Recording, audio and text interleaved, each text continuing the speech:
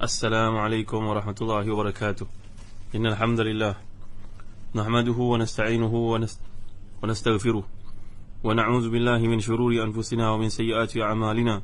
من يهده الله فلا مضل له ومن يضلل فلا هادي له. أشهد أن لا إله إلا الله وحده لا شريك له وأشهد أن محمدا عبده ورسوله. يا أيها الذين آمنوا اتقوا الله حق تقاته ولا تموتن إلا وأنتم مسلمون. يا أيها الناس اتقوا ربكم الذي خلقكم من نفس واحدة وخلق منها زوجها وبث منهما رجالا كثيرا ونساء واتقوا الله الذي تساءلون به والأرحام إن الله كان عليكم رقيبا. يا أيها الذين آمنوا اتقوا الله وقولوا قولا سديدا يصلح لكم أعمالكم ويغفر لكم ذنوبكم ومن يطع الله ورسوله فقد فاز فوزا عظيما. أما بعد. Saudara Nabi Usama Hadi Syarudin, sedang pendengar ini mulia Allah sekalian, alhamdulillah, bersyukur kita kepada Allah Subhanahu wa taala.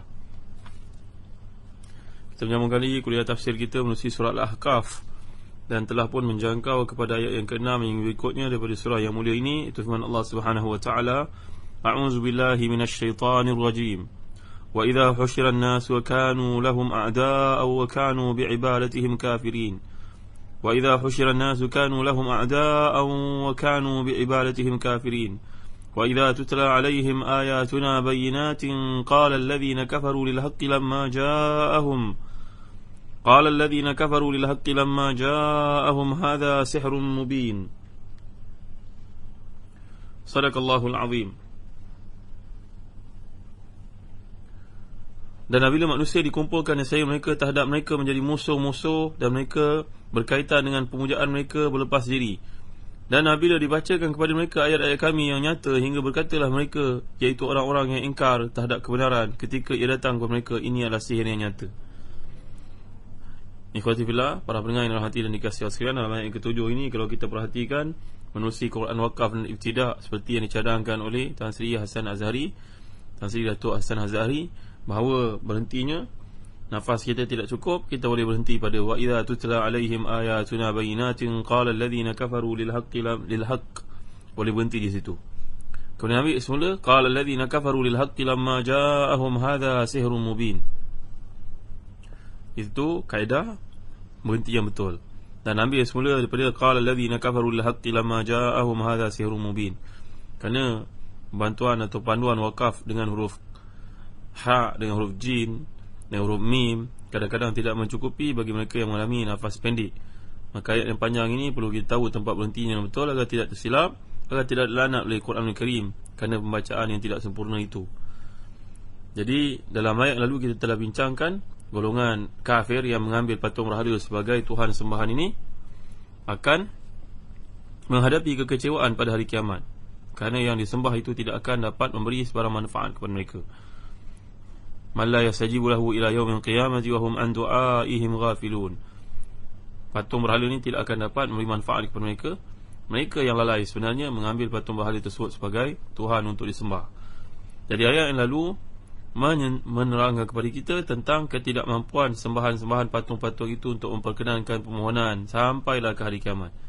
Jadi ayat yang sedang kita bincang ini pula menjelaskan sikap para penyembah itu terhadap sembahan-sembahan mereka pada hari kiamat. Wa idza husyiran nasu kanu lahum a'da'a wa kanu bi'ibadatihim kafirin. Bila manusia dikumpulkan dengan paksaan, dengan cara dipaksa oleh malaikat Zabaniyah, dengan malaikat yang diutuskan Allah Subhanahu wa taala di akhirat kelak, maka mereka semua akan menjadi musuh terhadap sembahan-sembahan tersebut berkaitan dengan pemujaan ketika di dunia dahulu. Kalau ayat yang lalu menggambarkan betapa kebodohan kaum musyrikin menyembah apa yang tidak berakal, maka ayat ini melanjutkan menggambarkan kebodohan mereka yang lain, iaitu keengganan mereka mengikuti kebenaran yang jelas. Bila dibacakan kepada mereka kebenaran tersebut, dia gagal untuk ikut. Tiba-tiba pada hari akhirat besok nak bergaduh pula, ataupun nak bermusuh dengan yang dahulu di dunia dipuja. Jadi ayat ni menggambarkan bahawa sembahan kaum musyrikin yang merupakan berhala-berhala tersebut akan melepaskan diri daripada penyembahnya.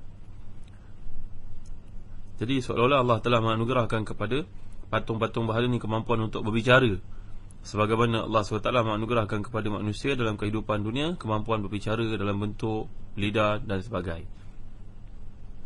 Atau boleh juga sikap lepas diri ini tidak diucapkan dengan kata-kata seperti yang difahami oleh sebahagian daripada para ulama tafsir, tetapi sikap berlepas diri maknanya yang dimaksudkan di sini ketidakmampuan patung berhala tersebut untuk membuat pembelaan kepada yang menyembahnya di dunia dahulu. Ini pun dah cukup menampakkan betapa ia berlepas diri daripada yang menyembahnya di dunia dahulu. Artinya dalam konteks yang kedua ni, walaupun tidak diberi kepadanya kemampuan untuk bercakap, tapi tindakannya tidak membela pun sudah menunjukkan dia berlepas diri, berlepas tangan.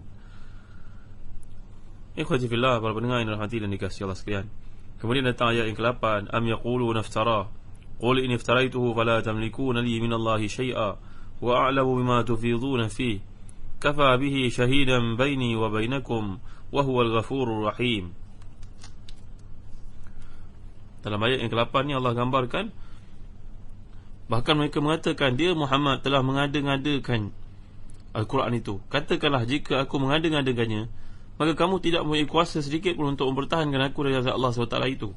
Dia lebih mengetahui apa-apa yang kamu cakapkan tentang Al-Quran itu. Cukuplah dia menjadi saksi antaraku dan antaramu, dan dialah yang maha pengampun lagi maha penyayang. Jadi ayat ini menggambarkan sesuatu yang amat jelas, yang sepatutnya mereka mengimani, meyakini perjuangan Nabi Muhammad SAW, bukan menentang Nabi. Mereka telah mengatakan Nabi Muhammad ni mengada-ngadakan cerita, berbohong bahawa Quran ni daripada sisi Nabi SAW. Kalaulah benar daripada sisi Nabi, takkanlah ada dalam Quran ayat yang menegur Nabi SAW. Takkanlah ada ayat yang memberitahu Nabi kesilapan Nabi, tindakan Nabi tidak melayan orang buta dalam surah Juz Amma yang pernah kita bincangkan dahulu. Abasa wa tawalla an ja'ahul a'ma wa ma yudrika la'allahu yazakka. Abdullah bin Ummi Maktum datang jumpa Nabi, Nabi tidak melayaninya kerana Nabi mengharapkan golongan kafir, musyrik, ketua golongan musyrikun Quraisy itu masuk Islam. Nabi lebih mempedulikan mereka lebih daripada Allah bin Ummi Maktum. Allah tu ayat menegur Nabi SAW.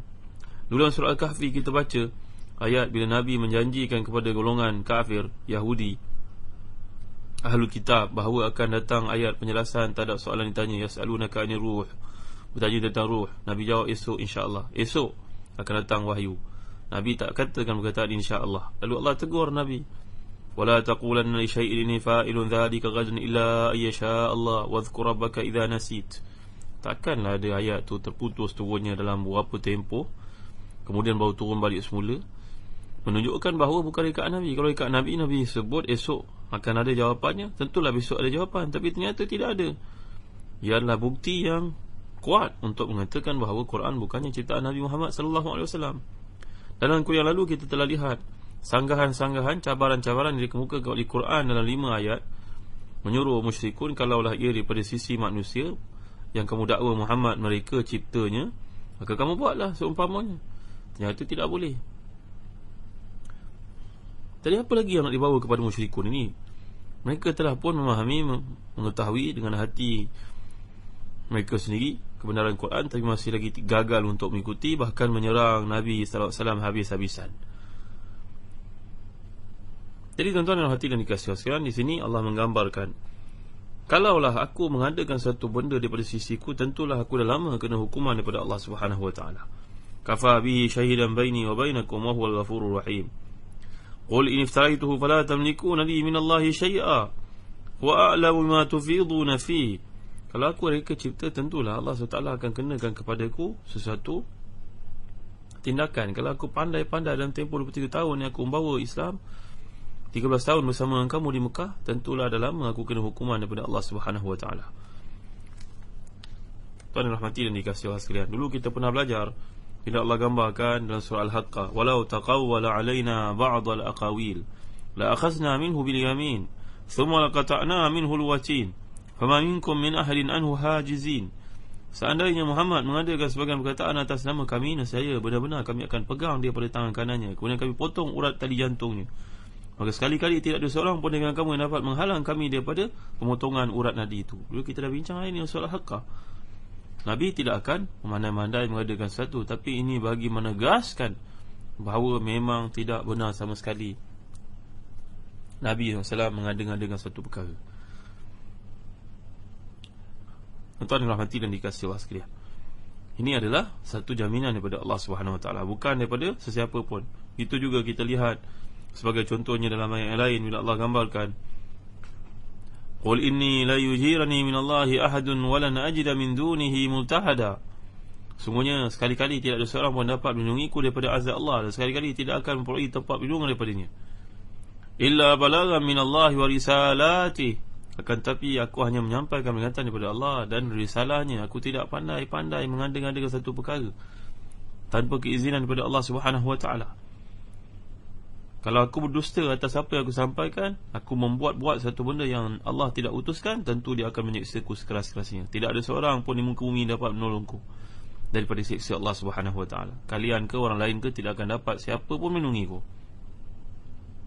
Jadi di hujung ayat ni Allah gambarkan wahwal ghafurur rahim. Dialah yang Maha Pengampun lagi Penyayang. Ini merupakan seruan bagi mereka yang nak bertaubat dan kembali pada Allah selepas mengadakan cerita-cerita dongeng dan palsu terhadap Nabi Muhammad SAW itu. Seolah-olah Allah berfirman kepada mereka, kalau kamu dah menuduh Nabi seperti itu, sebenarnya aku masih lagi mampu mengampunkan kamu dan penyayang kepada kamu.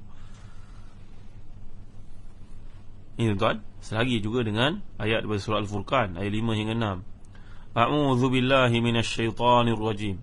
Wa qalu asatirul awwalin iktatabaha fahiya tumla 'alaihi bukratan wa asila. Qul anzalahu alladhi ya'lamu sirra fis samawati wal ard innahu kana ghafurur rahim.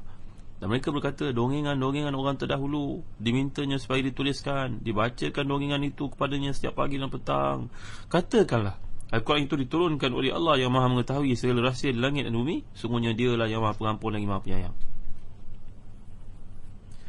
Pendengar yang hati dan dikasihi Allah sekalian, perkataan yang digunakan di sini oleh Allah Subhanahu Wa Taala, tufidun. Tufidun ini berasal dari perkataan faid. Kalaulah kita lihat dalam kamus, sebagai contohnya kamus Al-Aziz, faid ini bererti meluap, kerana banyaknya, meluap-luap. Jadi kata ini juga digunakan menunjuk kepada banyak, nak menunjukkan kepada banyaknya pembohongan yang telah mereka ajukan, ceritakan, dongengkan, ada-adakan terhadap Nabi Muhammad sallallahu alaihi wasallam. Semua yang mereka kata itu semua dalam catatan pengetahuan Allah Subhanahu Wa Taala. Itu sebab pada ayat ini Allah gambarkan, kafa bihi syahidan baini wa bainakum. Cukuplah dia menjadi saksi terhadap bangkangan ataupun fitnah yang kamu kenakan terhadap kebenaran Nabi Muhammad sallallahu alaihi wasallam berkaitan dengan Al-Quran ini. Jadi Allah telah menyatakan saksinya, antara lain dengan mukjizat Quran yang tidak boleh ditandingi oleh sesiapa pun di kalangan manusia dan juga jin. Qul la in istama'atil insu wal jin wal insu ala ya'tu bimithli hadzal Quran la ya'tuna bimithli walau kana ba'dhum li ba'dhin zahira. Tak ada seorang pun yang dapat menandingi Quran ini, sama ada yang berhimpun itu merupakan golongan jin dan manusia, atau kedua-duanya sekali, walaupun satu kepada yang lain saling bantu-membantu. Ini dapat juga kita perhatikan ayat yang serupa menerusi firman Allah Subhanahu Wa Taala surah An-Nisa ayat yang ke-196. A'udzu billahi minasy syaithanir rajim. Lakinillahu yashhadu ma anzala ilaik anzalahu bi'ilmihi wal malaikatu yashhadun wa kafa billahi shahida. Mereka tidak mahu menyaksikan apa yang diturunkan kepadamu, tetapi Allah menyaksikan, mengakui Quran yang diturunkan kepadamu wahai Muhammad. Allah menurunkannya dengan ilmunya dan malaikat-malaikat pun menjadi saksi, cukuplah Allah yang menyaksikan. Jadi dalam ayat ni, penutup ayat ni mengisyaratkan kepada kita bimbingan kepada Nabi Muhammad SAW agar memaafkan mereka yang menuduh baginda ni berbohong, sekaligus mengajak mereka ni untuk kembali ke pangkal jalan bertaubat dan menjelaskan mengapa kaum musyrikun itu tidak ditimpakan seksa oleh Allah SWT walaupun mereka menentang Nabi habis-habisan. Memang Allah ni dengan sifat Maha Pengampun, Maha Penyayangnya, sengaja Allah menangguhkan seksa, tuan-tuan. Tetapi sama sekali Allah tidak akan mengabaikan hukuman tersebut dari ditimpakan kepada yang menderhaka kepada Nabi-Nya ini. Dapat kita lihat di hujung ayat tentang amaran ni, tiba-tiba datang pula petunjuk, satu indikator, satu signal adanya keampunan daripada Allah SWT dengan ayat wahwal ghafurur rahim.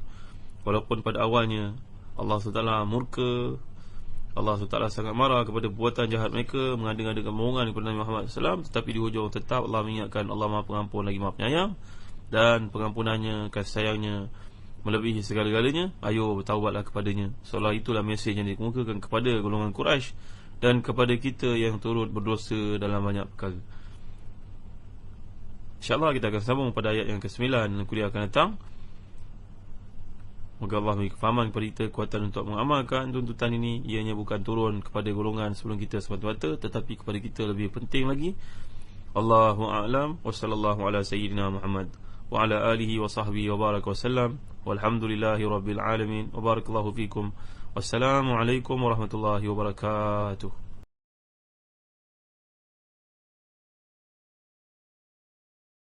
Assalamualaikum warahmatullahi wabarakatuh. Innal hamdalillah nahmaduhu wa nasta'inuhu wa nastaghfiruh wa na'udzu billahi min shururi anfusina wa min sayyiati a'malina. Man yahdihillahu fala mudilla lahu wa man yudlil fala hadiya lahu. Ashhadu an la ilaha illallah wahdahu la sharika lahu wa ashhadu anna Muhammadan 'abduhu wa rasuluh. Ya ayyuhalladzina amanu taqullaha haqqa tuqatih wa la tamutunna illa wa antum muslimun. يا أيها الناس اتقوا ربكم الذي خلقكم من نفس واحدة وخلق منها زوجها وبث منهما رجالا كثيرا ونساء واتقوا الله الذي تساءلون به والأرحام إن الله كان عليكم رقيبا يا أيها الذين آمنوا اتقوا الله وقولوا قولا سديدا يصلح لكم أعمالكم ويغفر لكم ذنوبكم ومن يطع الله ورسوله فقد فاز فوزا عظيما. Amma ba'd. Saudara penerbit Ustaz Mahdi Syarudin, sidang pendengar yang dimuliakan Allah sekalian, alhamdulillah bersyukur kita kepada Allah Subhanahu wa taala.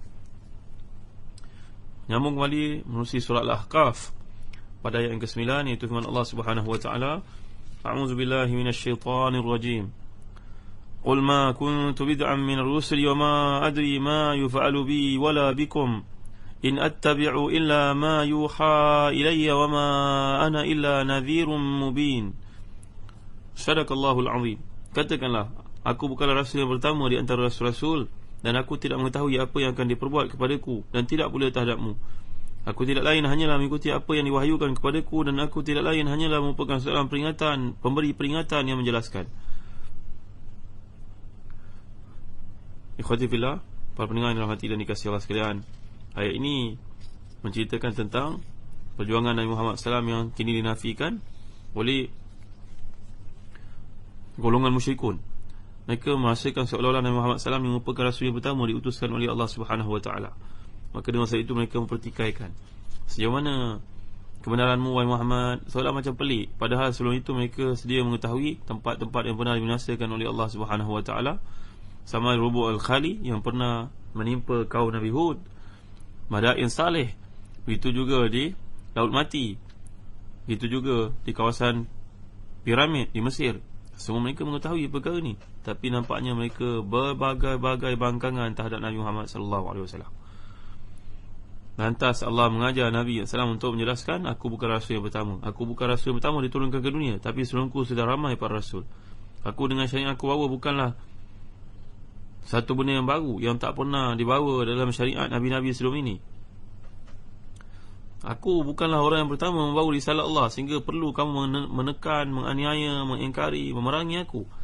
Bahkan Nabi-Nabi sebelum ini pun telah ramai diutuskan oleh Allah Subhanahu wa taala. Dan Allah di sini, wa ma adri ma yufa'alu bi wala bikum, menurut Ali bin Abi Talha yang meriwayatkannya daripada Ibnu Abbas, seperti dinyatakan oleh para ulama tafsir, contohnya Ibn Jarir Tabari, Ibn Katsir, Ibn Atiyah, bahawa tentang ayat ini, bila menceritakan tentang Nabi Muhammad SAW, aku tidak mengetahui apa yang dilakukan kepadaku dan tidak pula terhadapmu. Kemudian barulah Allah turunkan ayat, liyaghfir lakallahu ma taqaddama min dhanbika wa ma ta'akhkhar. Allah mengampunkan untukmu, agar Allah mengampunkan untukmu wahai Muhammad apa yang telah lalu daripada dosamu dan apa yang akan berlaku. Demikian juga seperti ini disebut oleh para ulama tabi'in seperti Ikrimah, Al-Hasan Al-Basri, Qatadah, bahawa ayat ini dinasahkan oleh ayat yang daripada surah Al-Fath, Al-Fath yang kedua ni, liyaghfir lakallahu ma taqaddama min dhanbika wa ma ta'akhkhar. Jadi para ulama tafsir ini berkata, ketika ayat ini turun, ada salah seorang sahabat Nabi bertanya, ini telah dijelaskan oleh Allah, Lantas apa yang akan terjadi kepadamu wahai Rasulullah SAW? Dan apa pula akan terjadi kepada kami? Maka Allah turunkan ayat, liyudkhilal mu'minina wal mu'minati jannatin tajri min tahtiha al-anhar. Inilah merupakan pandangan daripada Ibn Abbas radhiyallahu anhuma. Maknanya ada satu jaminan daripada Allah SWT. Bukanlah maksud di sini Nabi tidak tahu apa yang akan berlaku kepada Nabi, nanti kata diampunkan dosa ataupun tidak, ataupun Nabi SAW akan menang ataupun tidak. Maksud di sini iaitu Nabi nak jelaskan bahawa aku tidak boleh beritahu kamu pada masa depan apa yang akan berlaku, tapi yang pastinya Allah pasti membela kita. Ini adalah sifat seorang Nabi. Nabi mengetahui perkara yang akan datang dengan wahyu daripada Allah SWT. Selain daripada itu, tanpa wahyu, Nabi tidak akan mengetahui apa-apa. Walau kuntu a'lamul ghaib lastakthartu minal khair wa ma massani su. Kalau aku tahulah perkara-perkara gaib, perkara yang akan datang, tentulah aku akan banyakkan perkara-perkara yang mendatangkan kebaikan, dan tidak akan aku ni ditimpa sebarang keburukan. Tidak, Nabi tidak mengetahui melainkan apa yang Allah SWT tetapkan. Tuan-tuan hati dan dikasihi Allah sekalian, dalam satu hadis sahih yang lain, para sahabat pernah berkata kepada Nabi, bergembiralah Nabi kerana apa yang Allah telah tetapkan untuk Nabi SAW. Maka Allah menurunkan ayat ini. Kita telah pelajari sebelumnya bagaimana tawaduknya Nabi Muhammad SAW, iaitulah baginda sentiasa mengatakan satu dengan rendah diri. Jadi di sini Nabi maksudkan, aku tidak tahu apa yang akan berlaku untuk beri jaminan kepada kamu, tetapi yang pastinya Islam ni akan menang. Seperti juga berlaku bila Nabi memujuk kabilah Arab agar masuk Islam. Mereka mengatakan, apa jaminannya kalau menang nanti kami jadi menteri luar ke, menteri dalam negara ke, menteri keuangan ke? Tidak. Nabi SAW telah pun bersabda kepada mereka, kamu katakan la ilaha illallah tamliku bihal ajam wa tadinu bihal arab. Kamu kata bikal arab, kalau kamu berkata kalimah ini, kamu bersama-sama dengan kami, pasti akan menang. Orang Arab semua akan patuh duduk di bawah kamu, dan orang ajam semuanya akan kalah kepada kamu. Ini janji Nabi.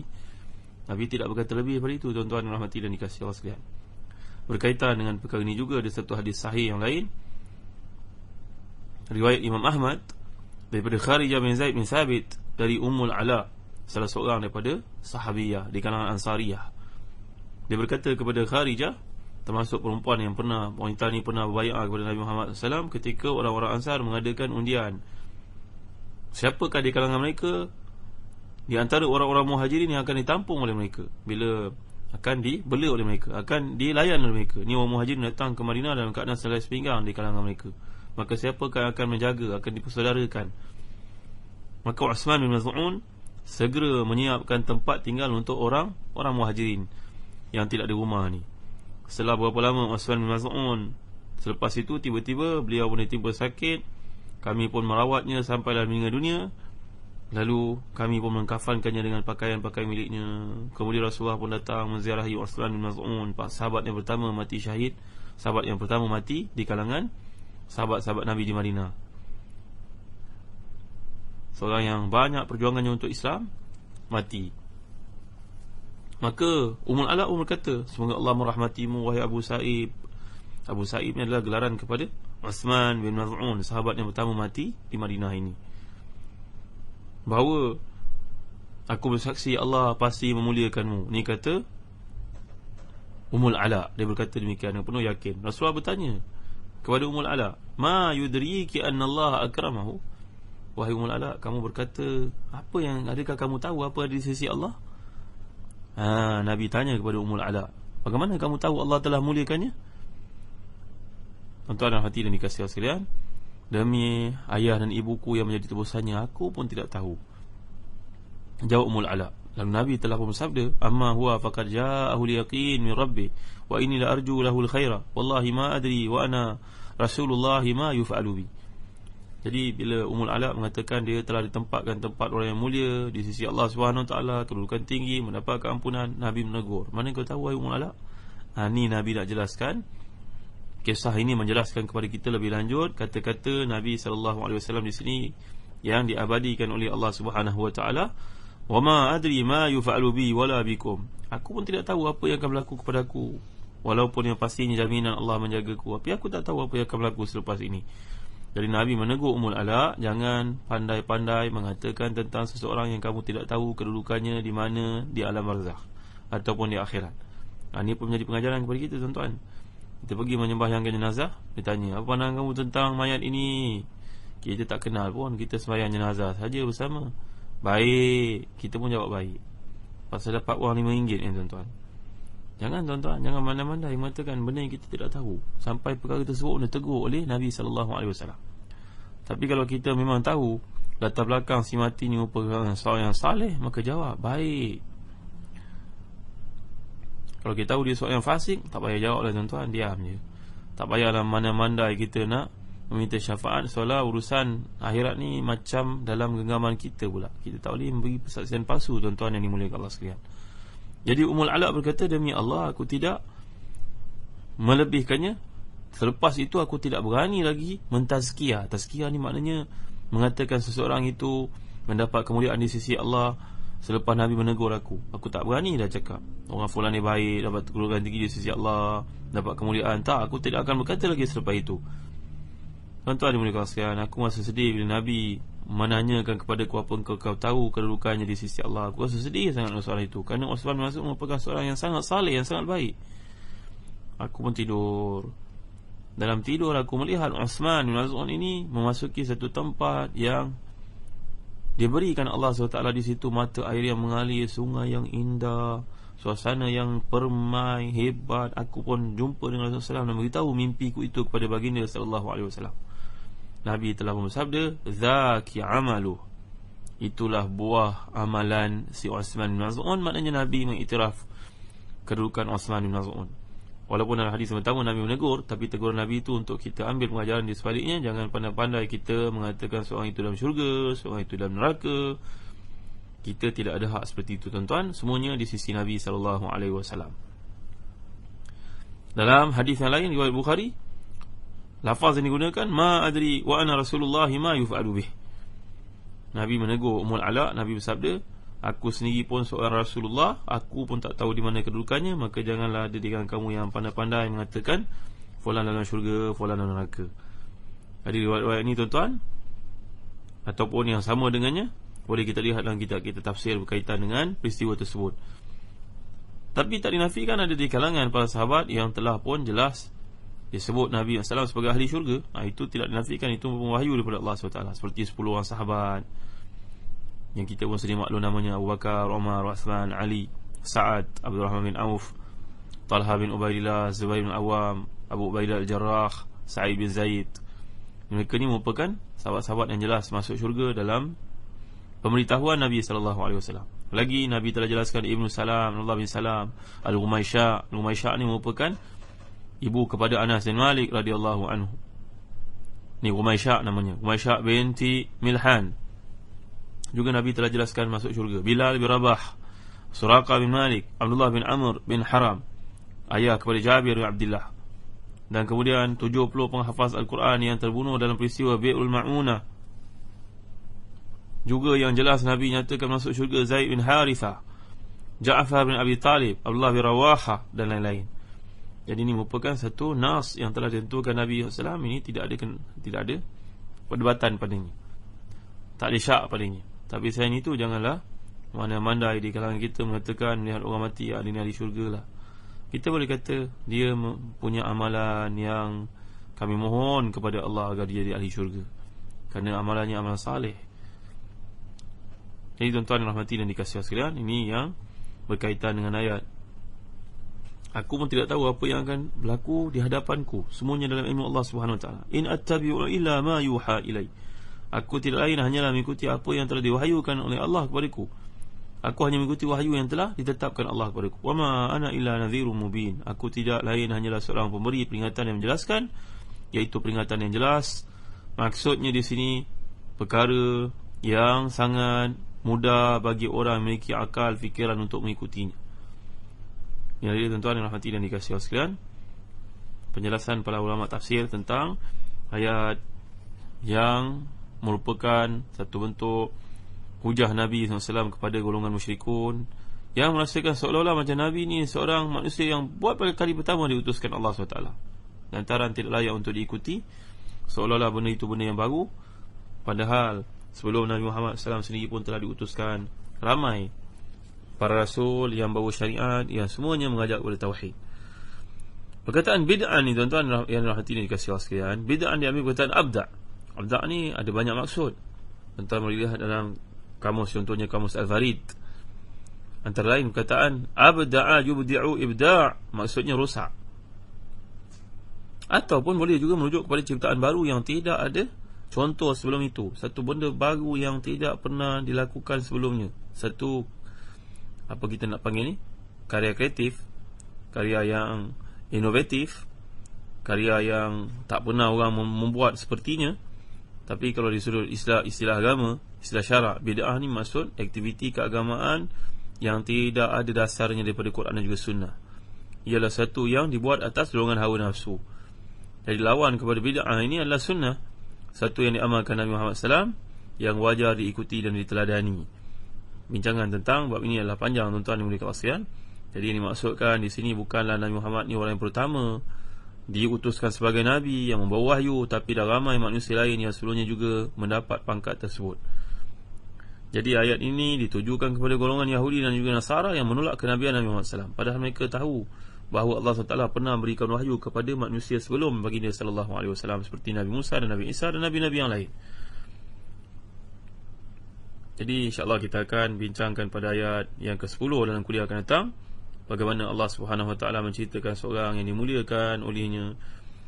Wa syahida syahidun min bani Israil ala mithlih, seorang Yahudi yang masuk Islam, perjuangannya untuk Nabi SAW begitu murni, dan mimpinya yang telah ditanyakan kepada Nabi sekaligus menyebabkan Nabi menceritakan, menggambarkan, menetapkan kedudukannya di syurga Allah SWT.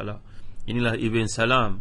Kita akan lihat riwayat hidupnya pada kuliah akan datang berkaitan dengan ayat ke-10, seperti ditarjihkan kebanyakan para ulama tafsir bahawa ayat ini turun untuk dirinya. Dan ada pandangan yang kedua, tapi pandangan yang tidak masyhur kita akan bincangkan pada kuliah akan datang. Allahu a'lam. Wa sallallahu ala sayyidina Muhammad wa ala alihi wa sahbihi wa baraka wa sallam. Walhamdulillahi rabbil alamin. Wa barakallahu fikum. Wassalamu alaikum warahmatullahi wabarakatuh.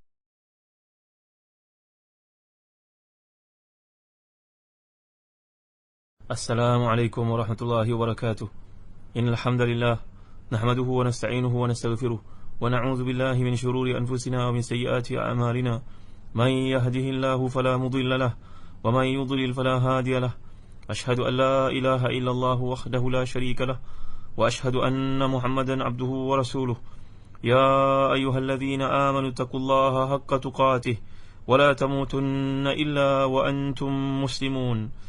يا أيها الناس اتقوا ربكم الذي خلقكم من نفس واحدة وخلق منها زوجها وبث منهما رجالا كثيرا ونساء واتقوا الله الذي تساءلون به والأرحام إن الله كان عليكم رقيبا يا أيها الذين آمنوا اتقوا الله وقولوا قولا سديدا يصلح لكم أعمالكم ويغفر لكم ذنوبكم ومن يطع الله ورسوله فقد فاز فوزا عظيما. Amma ba'd. Saudara Nabi Usama Hari Syarudin, setiap pendengar yang dirahmati Allah sekalian, alhamdulillah, bersyukur kita kepada Allah Subhanahu wa taala. Kita menyambung kembali kuliah tafsir kita menerusi surah Al-Ahqaf. Dan pada waktu ini kita berada pada ayat yang ke-10 hingga berikutnya, iaitu firman Allah Subhanahu wa taala, A'udzu billahi minasyaitonir rajim. Qul ara'aytum in kana min 'indillahi wa kafartum bih وشهد شاهد من بني إسرائيل على مثله فآمن واستكبرتم إن الله لا يهدي القوم الظالمين وقال الذين كفروا للذين آمنوا لو كان خيرا ما سبقونا إليه وإذ لم يهتدوا به فسيقولون هذا إفك قديم ومن قبله كتاب موسى إماما ورحمة وهذا كتاب مصدق لسانا عربيا لينذر الذين ظلموا وبشرى للمحسنين إن الذين قالوا ربنا الله ثم استقاموا فلا خوف عليهم ولا هم يحزنون أولئك أصحاب الجنة خالدين فيها جزاء بما كانوا يعملون. صدق الله العظيم. Katakanlah, terangkanlah kepadaku bagaimanakah pendapatmu jika Quran itu datang dari sisi Allah, padahal kamu mengingkarinya, dan seorang saksi dari Bani Israel mengakui kebenaran yang serupa dengan apa yang disebut dalam Al-Quran itu, lalu dia beriman. sedang kamu menyombongkan diri. Sungguhnya Allah tidak memberi petunjuk kepada orang-orang yang zalim, dan orang-orang kafir berkata kepada orang-orang beriman, sekiranya Al-Quran itu adalah satu yang baik, tentulah mereka tidak mendahului kami beriman kepadanya. Dan kerana mereka tidak mendapat petunjuk dengannya, maka mereka berkata itu adalah dusta yang lama. Dan sebelum Al-Quran itu telah ada kitab Musa sebagai petunjuk dan rahmat.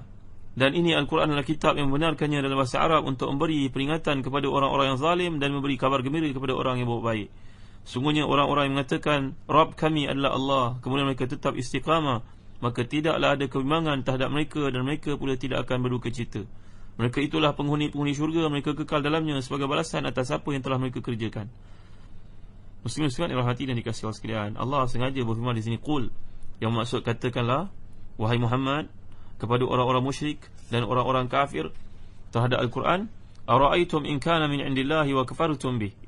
Mengapa dia sebut kataan qul ya? Kita belajar bahasa Arab seperti dinyatakan oleh Imam As-Suyuti dan kitabnya Mu'tarakul Aqran. Qul ini adalah bagi menunjukkan, mengkonfirmkan Quran datang daripada Allah SWT. Sebagai contoh saya bagi kepada tuan-tuan, bapa tuan-tuan berkata kepada tuan-tuan, Ahmad, nanti jumpa dengan pakcik, katakan kepadanya ayah jemput kenduri. Baik tuan-tuan, tuan-tuan baru jumpa dengan pakcik, tuan-tuan berkata kepada pakcik, jom datang kenduri. Agak-agak sampai tak mesej yang sebenar yang ayah katakan itu? Belum tentu lagi tuan-tuan dimuliakan Allah sekalian. Sebaliknya, seorang anak yang amanah akan berkata kepada pakciknya dengan penuh rasa hormat, pakcik, ayah kata minta pakcik datang ke rumah untuk join kenduri yang kami adakan. Berbeza tak tuan-tuan? Maka begitu juga Allah SWT. Bila Allah menyatakan kepada Nabi SAW qul, bagi menunjukkan bahawa Nabi Muhammad pun mesti menyatakan perkara yang sama. Qul ara'aitum in kana min indillahi wa kafartum bih. Maka tentulah kenyataan yang pertama daripada seorang anak saudara kepada pakciknya, kepada pak saudaranya, tak sekuat kenyataan yang kedua. Bila kedua itu, mesejnya lebih terasa kepada pakcik bahawa saudaranya, sama ada abang ataupun adik, yang berpesan kepada anaknya itu, anak saudaranya itu merasa terpanggil, kerana yang panggil ni saudaranya sendiri, abang kita. Ataupun bayangkan kalau kita jadi pakcik maksudkan itu, anak saudara kita berkata, pakcik jom datang kenduri. Maknanya tak serius kan tuan-tuan? Tapi kalau anak saudara itu berkata kepada kita, pakcik ayah panggil datang kenduri, beza tak tuan-tuan? Di situlah maksudnya yang dikehendaki oleh Allah SWT bila disebut perkataan qul berkali-kali dalam Quran, bagi menunjukkan mesej ini daripada Allah SWT, bukannya disampai dengan sewenang-wenangnya oleh Nabi SAW. Jadi di sini Allah menggambarkan bagaimanakah pendapat kamu, apa yang akan dilakukan oleh Allah kepada kamu jika Al-Quran yang aku bawa kepada kamu diturunkan oleh Allah SWT untuk disampaikan kepada kamu, sementara kamu kufur dan mendustakannya. Padahal seorang saksi daripada Bani Israel, seorang saksi daripada kumpulan bangsa Yahudi yang duduk di kota Madinah, telah pun mengakui kebenaran yang ada pada Quran selari dengan apa yang terdapat dalam kitab Tauratnya. Faham tak tuan-tuan yang dirahmati dan dikasihi Allah sekalian? Artinya, hamba Allah yang maksudkan ini, wa syahida syahidun min Bani Israel, seorang di kalangan Bani Israel telah menjadi saksi akan kebenaranku. Para ulama berbincang siapa yang dimaksudkan di sini. Pandangan yang paling rajih seperti yang dikemukakan oleh kebanyakan ahli tafsir, seperti dinyatakan oleh Al-Imam Ibn Jarir Tabari, Al-Imam Al-Baghawi, Al-Imam Ibn Atiyah Al-Andalusi, kebanyakan para ulama tafsir yang Jahabizah ini merupakan golongan yang terkedepan. Mereka mengatakan bahawa maksud di sini adalah Abdullah bin Salam, seorang sahabat yang masuk Islam dari kalangan Yahudi, dari kalangan Bani Israel. Syekh Dr. Salah Abdul Fattah Al-Khalidi, seorang mufassir yang terkemuka dari Jordan, dari bumi Syam, berkata bahawa kita harus membezakan di antara Israel dengan Yahudi. Israel merujuk kepada Nabi Ishaq yang dipanggil oleh Allah Subhanahu Wa Taala dengan nama tersebut kerana kemuliaannya, kedudukannya, maksud dicintai oleh Allah Subhanahu Wa Taala. Sebaliknya Yahud biasanya merujuk kepada mereka yang kejam dan berusaha untuk membunuh para nabi. Tapi pada hari ini golongan Yahudi Zionis antarabangsa sudah pun memutabelikkan fakta, lalu memanggil negara mereka dengan nama Israel. Padahal tidak layak dipanggil Israel, tuan-tuan yang mulia Allah sekalian. Israel merujuk kepada hamba yang sangat dikasihi oleh Allah Subhanahu Wa Taala, itu Nabi Ishaq, anak kepada Nabi Ibrahim dari isterinya yang bernama Sarah. Perbincangan rahmati dan dikasihi Allah sekalian. Jadi bila melihat kepada ayat ini, kebanyakan para ulama tafsir mengatakan dimaksudkan dengan wa syahida syahidum min bani Israil ala mithlih. Yang dimaksudkan dengan orang yang naik saksi, yang bersaksi ini, iaitu Abdullah bin Salam. Kisah Abdullah bin Salam ni tuan-tuan adalah menarik untuk kita hayati bersama-sama. Nama asalnya itu Husain bin Salam, merupakan seorang pemuka, ketua, ulama, ustaz di kalangan orang-orang Yahudi.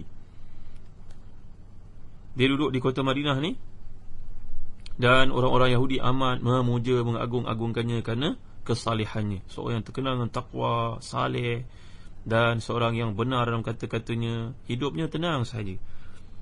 Dia membahagikan masanya, tuan-tuan yang dirahmati dan dikasihi Allah, seperti disebut oleh Imam Ibn Hajar Al-Asqalani dalam kitabnya Al-Isabah, bahawasanya dia membahagikan masanya kepada 3. Yang pertama, dia duduk dekat tempat ibadah, menyampaikan ilmu, mengingatkan masyarakat, mengajar mereka kerana dia seorang yang alim. Bahagian kedua dibahagikan untuk duduk dekat kebun yang dimilikinya, yang dia ni merupakan seorang usahawan tani, menanam pokok korma. Kerjanya di situ menyuburkan pokok korma, menyiram air, menjaga daripada binatang perosak dan sebagainya.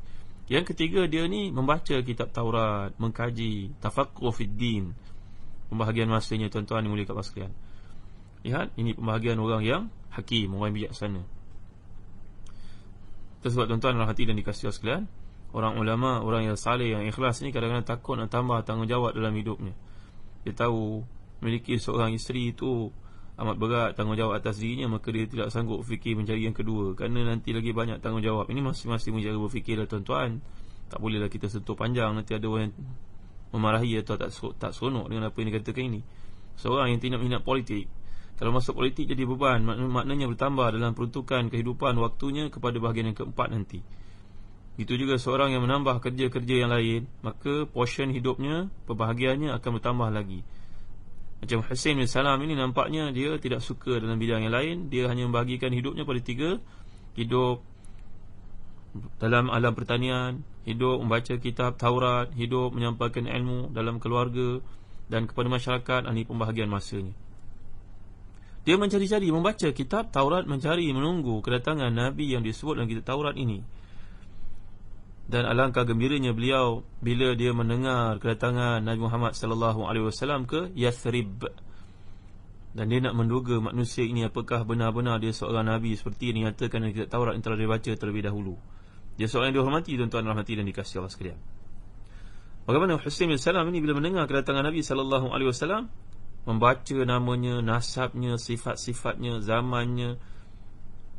Dan ketika Nabi Muhammad SAW sampai ke Madinah, mengikut kisah yang dikemukakan, sampai saja di Quba, maka ramailah orang yang telah pun menyambut Nabi SAW.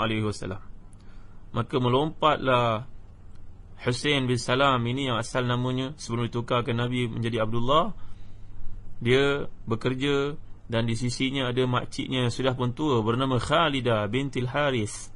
Ini ketika orang Arab kuat, tuan-tuan. Orang Yahudi duduk di kalangan orang Arab, namanya pun nama Arab. Macamlah orang-orang berbangsa Cina sebagai contohnya, ketika duduk di negara Indonesia, jiran kita memakai nama-nama Indonesia.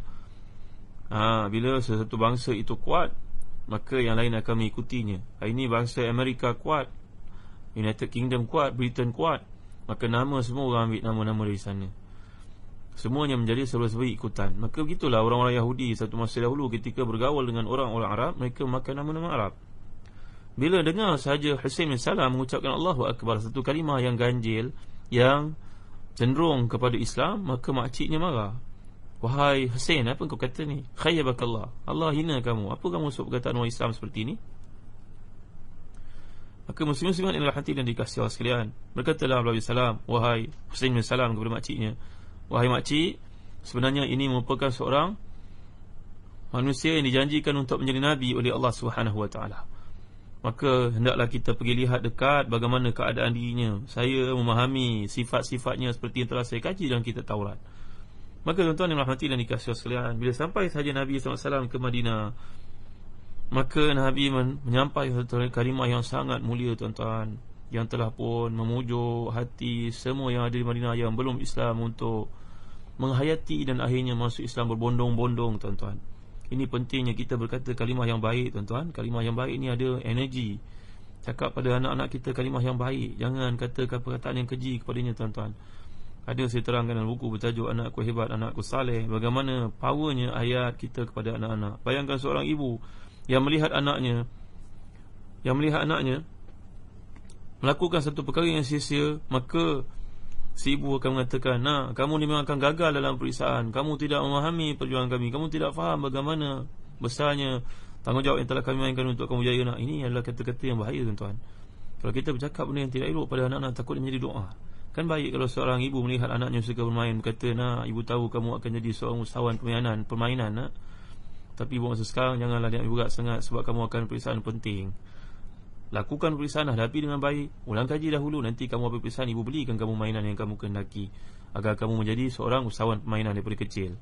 Yalah, kamu memiliki kecenderungan, kreativiti yang luar biasa." Itu kata-kata yang energi, tuan-tuan yang mulia Allah sekalian. Kata-kata mengandungi doa. Balik kepada kisah ini, Nabi SAW telah pun bersabda kepada penduduk Madinah, "Ayuhan nas, afshus salam, wa at'imu ta'am, wa sallu bil laili wan nasu niyam, tadkhulul jannata bisalam." Wahai penduduk tempat ini, wahai sekalian manusia, tebarkan salam, berilah makan, bangunlah malam untuk tahajud ketika manusia sedang tidur. Nescaya kamu akan masuk syurga dengan selamat sejahtera. Maka Rasulullah SAW mendengar kata-kata yang mempunyai energi ni, tuan-tuan, memiliki fakta yang hebat ini, pujukan ini. Leka-leka dia melihat Nabi SAW, "Atafarras fihi wa atamalla minhu fa'aikantu anna wajhahu laysa biwajhi kazzabin." Aku lihat saja wajahnya, aku sudah memiliki firasat, mustahillah orang yang begini baik ayatnya, wajahnya yang ceria seperti itu, bersih, senyumnya yang lebar, tidak mungkinlah wajah ini wajah pendusta. Maka tuan-tuan hati ini dikasih sekalian, dalam tafsir Al-Baghawi, Al-Imam Al-Baghawi membawakan satu riwayat daripada Abdul Wahid bin Ahmad, daripada Ahmad bin Abdullah, daripada Muhammad bin Yusuf, dalam satu hadis riwayat Muhammad bin Ismail Bukhari radhiyallahu anhu wa ardah rahmatullah alaihi, bahawa Abdullah bin Salam ini telah bertanya kepada Nabi SAW beberapa soalan, yang mana dia tahu kalau soalan ini dapat dijawab seperti mana yang telah dia kaji, memanglah manusia ini merupakan seorang Nabi tanpa ada keraguan padanya. Maka dia berkata kepada Nabi Muhammad SAW, "Hai Muhammad, kamu mendakwa kamu Nabi akhir zaman. Sekarang aku tanya pada kamu 3 soalan. Yang pertama, apakah dia tanda-tanda kiamat akan berlaku? Yang kedua, apakah makanan yang pertama yang akan dirasai oleh seseorang yang masuk syurga? Yang ketiga, bagaimanakah seorang anak itu menyerupai ibu ataupun ayahnya, dan bagaimana? Mengapa dan bagaimana?" 3 soalan, tuan-tuan yang dimuliakan Allah sekalian. Maka Nabi SAW pun bersabda, "Sekarang Jibril telah memberitahu aku, Jibril telah menjelaskan kepada Nabi SAW, yang pertama sekali dalam soalan yang dikemukakan, awal asyrat as-sa'ah, tanda pertama akan berlakunya kiamat, iaitulah api yang memburu manusia daripada arah timur ke arah barat." Tuan-tuan boleh baca tentang asyrat as-sa'ah dalam kitab yang baik yang sering saya cadangkan sebagai contohnya, iaitu kitab Kiamat Sudah Dekat, cetakan pusaka Imam Ibn Katsir.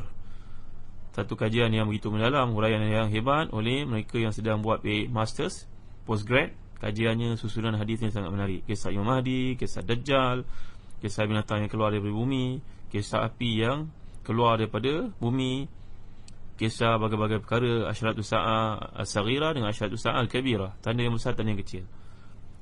Soalan kedua Abdullah bin Salam ini, dijawab Nabi SAW bahawa makanan yang pertama dimakan oleh ahli syurga, iaitulah sejenis makanan. InsyaAllah kita akan huraikan perkara ini yang kuliah akan datang. Allahu a'lam. Sallallahu ala sayyidina Muhammad wa ala alihi wa sahbihi wa baraka wa sallam. Walhamdulillahi rabbil alamin. Wa barakallahu fikum. Wassalamualaikum warahmatullahi wabarakatuh.